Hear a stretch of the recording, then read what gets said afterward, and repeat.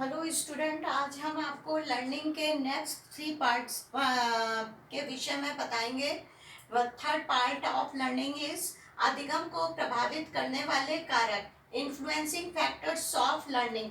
हमारी अधिगम प्रक्रिया को कौन कौन सी चीजें इफेक्ट डालती है, प्रभाव डालती, जिनके द्वारा हम सीखते हैं। तो फर्स्ट है उचित वातावरण या प्रॉपर एनवायरनमेंट। व्यक्ति को जो है प्रॉपर इन्वायरमेंट, उचित वातावरण किसी भी कार्य को सीखने के लिए मिलना चाहिए, क्योंकि यदि उसको कोई भी वातावरण अच्छा नहीं मिलेगा तो व्यक्ति की लर्निंग प्रक्रिया प्रभावित होती है। नेक्स्ट आता है अभिप्रेरणा या मोटिवेशन।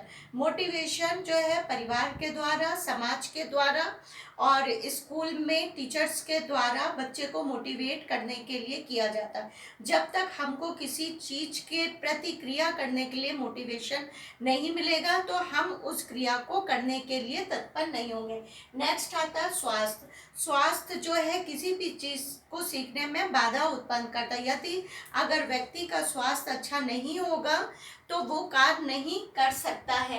नेक्स्ट है चिंता। चिंता जो है बहुत बड़ा प्रभावशील तत्व है, क्योंकि यदि व्यक्ति के मन में चिंता रहती है तो वो कोई भी कार्य करने में उसका मन नहीं लगेगा। चिंता जो है बहुत बड़ा बैरियर है किसी भी काम को सीखने के लिए, क्योंकि व्यक्ति का मस्तिष्क 2 साइड में डिवाइडेड हो जाएगा। एक तरफ उसकी अपनी चिंता है, दूसरी तरफ लर्निंग प्रोसेस है। नेक्स्ट है संकल्प शक्ति, विल पावर।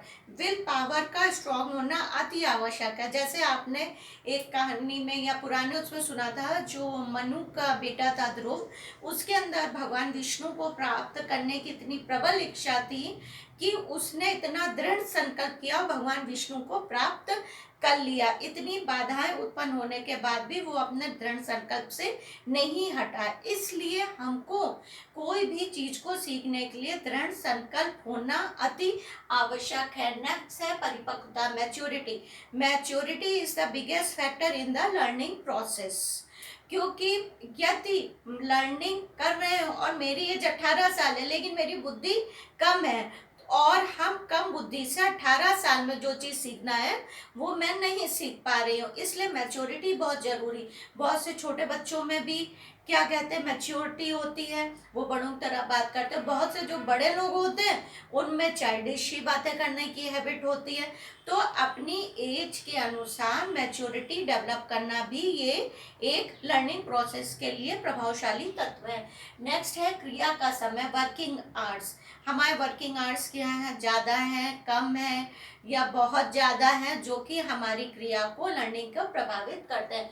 नेक्स्ट है अभ्यास, आदत, थकान, एक्सरसाइज, हैबिट एंड फैटिग। यदि हम किसी भी चीज़ का अभ्यास नहीं करेंगे तो हम नहीं सीख सकते हैं, और हमें किसी भी चीज़ को सीखने के लिए अपने अंदर आदत डालना जरूरी है। जैसे बच्चों को कहा जाता है सुबह जल्दी सोकर उठो, सूर्य भगवान को प्रणाम करो, बड़ों का आशीर्वाद लो, गुड मॉर्निंग बोलो, तो ये सब हैबिट हमें बचपन से ही डेवलप कराई जाती है। और फैटिग, यदि हम कार्य करते करते थक गए और मेरे वर्किंग टाइम्स जाना है तो मुझे फटीग भी आएगी, और फटीग होने में लर्निंग प्रोसेस जो है कम होगा। नेक्स्ट है अध्यापक की भूमिका, role of teacher. Role of teacher किस तरह का होना चाहिए कि टीचर को विद्यार्थियों को स्नेह से भी कंट्रोल करना चाहिए, गुस्से से भी करना चाहिए, लेकिन उसको बच्चे की रुचि, बच्चे का टेम्परामेंट जरूर समझना चाहिए। उसी के अनुसार क्लासरूम का एटमॉस्फेयर बनाना चाहिए। पाठ्यक्रम एंड कैरिकुलम। कैरिकुलम भी जो है किसी भी क्लास के लिए बहुत जरूरी है।